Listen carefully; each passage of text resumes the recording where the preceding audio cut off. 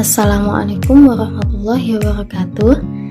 Di video kali ini kita akan belajar tentang nilai-nilai Pancasila dalam praktek penyelenggaraan pemerintahan negara Republik Indonesia yang akan dibawakan oleh saya, Aliza Rizkiani. Yuk kita simak bersama.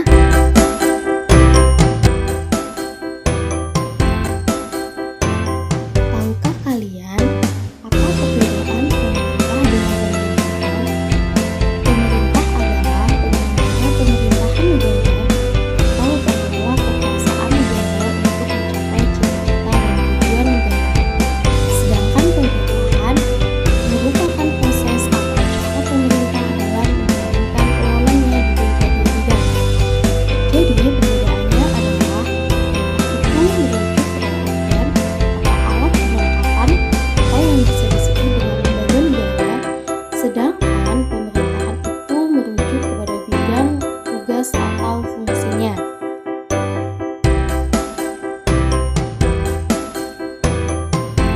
Di dalam sebuah pemerintahan ada yang dinamakan dengan kekuasaan negara, yakni kekuasaan atau wewenang pemerintah dalam mengatur rakyatnya agar tercapai cita-cita dan tujuan serta keadilan untuk semuanya.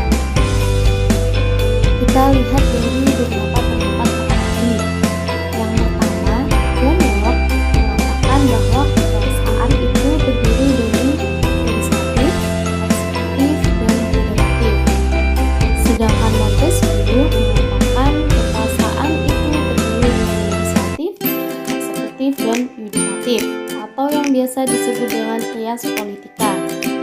Pengertiannya itu sendiri, legislatif adalah kekuasaan untuk membuat undang-undang, eksekutif kekuasaan untuk menjalankan undang-undang, serta mengadili bagi pelanggar undang-undang, yudikatif adalah kekuasaan menyelenggarakan peradilan guna menegakkan hukum dan keadilan. Dan yang terakhir, federatif adalah kekuasaan untuk melaksanakan hubungan luar negeri. Di dalam menjalankan pemerintahan, presiden tidak mungkin menjalankan pemerintahannya sendiri. Makanya kekuasaan negara dibagi-bagi. Ada dua sistem, yang pertama pemisahan kekuasaan, dan yang kedua ada pembagian kekuasaan. Yang pertama, pemisahan kekuasaan berarti kekuasaan negara itu terpisah-pisah dalam beberapa bagian, baik mengenai organ maupun fungsinya. Contoh negara yang menjalankan pemisahan kekuasaan yakni Amerika Serikat. Sedangkan di dalam mekanisme pembagian kekuasaan negara itu memang dibagi dalam beberapa bagian, legislatif, eksekutif, yudikatif. Akan tetapi di dalam menjalankannya tidak dipisahkan dan mereka saling melakukan koordinasi. Lantas bagaimana sih sistem pembagian kekuasaan yang ada di Indonesia itu? Di Indonesia, kekuasaan negara dibagi menjadi dua, yakni kekuasaan secara horizontal dan secara vertikal. Kekuasaan secara horizontal yakni jajaran kekuasaan yang ada di pusat, sedangkan kekuasaan vertikal itu yang turun ke bawah provinsi sampai kabupaten dan sampai yang paling bawah. Kekuasaan horizontal terdiri dari BPK, Presiden, DPR, MPR, DPD, MA, MK, dan Komisi Yudisial atau yang biasa disingkat dengan KY. Contohnya pemerintahan yang ada di tingkat lokal seperti gubernur, DPRD, lingkungan peradilan umum, agama, lingkungan peradilan militer, lingkungan peradilan TUN,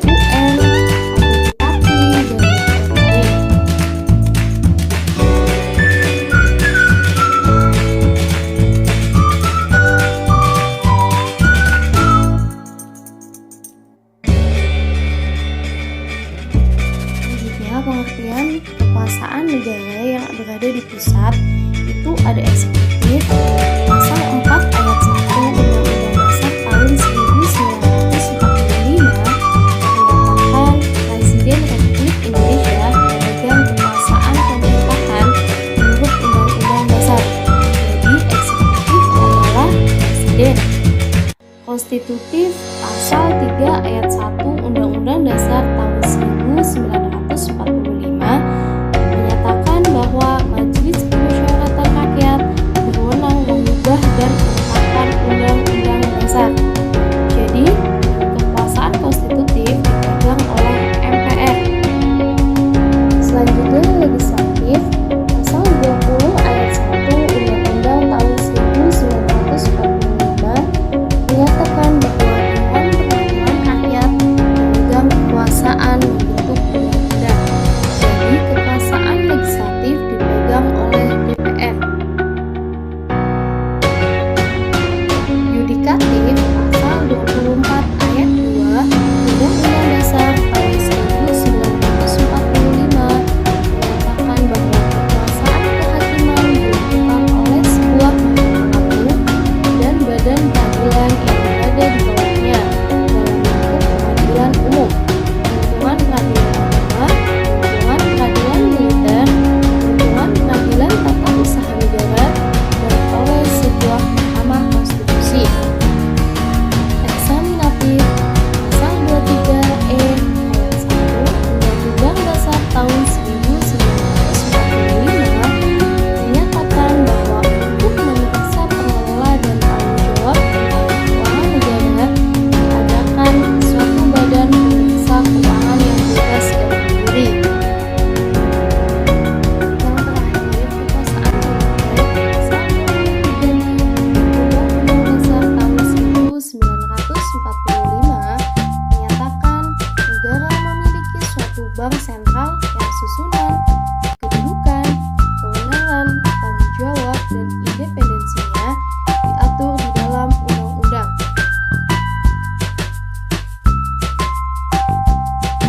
Kalian tahu nggak sih sistem pemerintahan yang ada di Indonesia itu?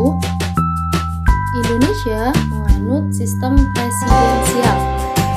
Sistem presidensial itu sendiri adalah sistem negara yang dipimpin oleh presiden. Dan di sini presiden adalah kepala negara sekaligus kepala pemerintahan. Jadi presiden punya wewenang yang kuat dalam mengatur sebuah pemerintahan. Mengapa sih nilai-nilai Pancasila itu perlu diaktualisasikan dalam penyelenggaraan pemerintahan negara Indonesia? Nilai Pancasila harus dipandang sebagai satu kesatuan yang utuh di setiap praktek penyelenggaraan pemerintahan yang mengandung makna bahwa ada sumber-sumber spiritual yang harus dipertimbangkan dalam memberikan pelayanan kepada masyarakat agar tidak terjadi perlakuan yang sewenang-wenang dan diskriminatif. Selain itu, nilai spiritualitas hendaknya menjadi pemandu bagi penyelenggaraan pemerintahan agar tidak melakukan aktivitas-aktivitas di luar kewenangan dan ketentuan yang sudah digariskan. Sila ketuhanan yang Maha Esa memiliki nilai-nilai penyelenggaraan sebagai berikut. 1. Pengakuan adanya causa prima atau sebab pertama yaitu Tuhan yang Maha Esa. 2. Menjamin penduduk untuk memeluk agama masing-masing dan beribadah sesuai agamanya. 3. Tidak memaksa warga negara untuk beragama, akan tetapi diwajibkan memeluk agama sesuai hukum yang berlaku. 4. Ateisme dilarang hidup dan berkembang di Indonesia. 5. Menjamin berkembang dan tumbuh suburnya kehidupan beragama, toleransi antar umat, dan dalam beragama. 6. Negara memfasilitasi bagi tumbuh kembangnya agama dan iman warga dan menjadi mediator ketika terjadi konflik antar agama.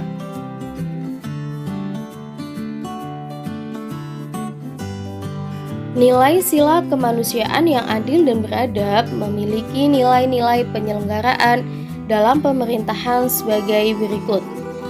Yang pertama, menempatkan manusia sesuai dengan hakikatnya sebagai makhluk Tuhan, karena manusia mempunyai sifat universal. Yang kedua, menjunjung tinggi kemerdekaan sebagai hak segala bangsa. Hal Hal ini juga bersifat universal.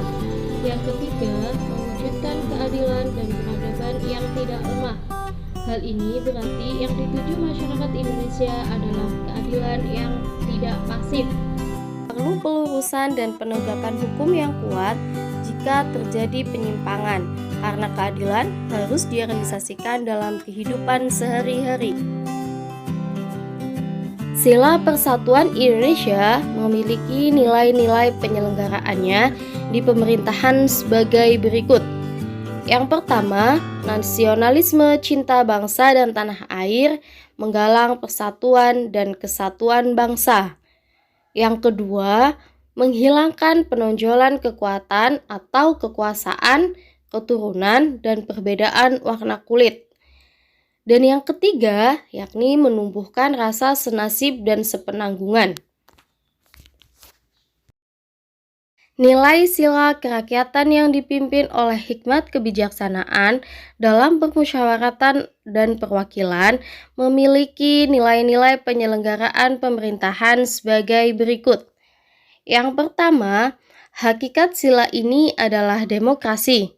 Demokrasi dalam arti umum yaitu pemerintahan dari rakyat, oleh rakyat, dan untuk rakyat. Yang kedua, bermusyawaratan. Artinya mengusahakan putusan bersama secara bulat, baru sesudah itu diadakan tindakan bersama. Di sini terjadi simpul yang penting yaitu mengusahakan putusan bersama secara bulat. Yang ketiga, dalam melakukan putusan diperlukan kejujuran bersama. Hal yang perlu diingat bahwa keputusan bersama dilakukan secara bulat sebagai konsekuensi adanya kejujuran bersama. Dan yang keempat, yakni perbedaan secara umum demokrasi di negara barat dan di negara Indonesia, yaitu terletak pada permusyawaratan rakyat. Nilai sila keadilan sosial bagi seluruh rakyat Indonesia memiliki nilai-nilai penyelenggaraan pemerintahan sebagai berikut. Yang pertama, kemakmuran yang merata bagi seluruh rakyat dalam arti dinamis dan berkelanjutan. Yang kedua, seluruh kekayaan alam dan sebagainya dipergunakan bagi kebahagiaan bersama menurut potensi masing-masing. Dan yang ketiga, melindungi yang lemah agar kelompok warga masyarakat dapat bekerja sesuai dengan bidangnya.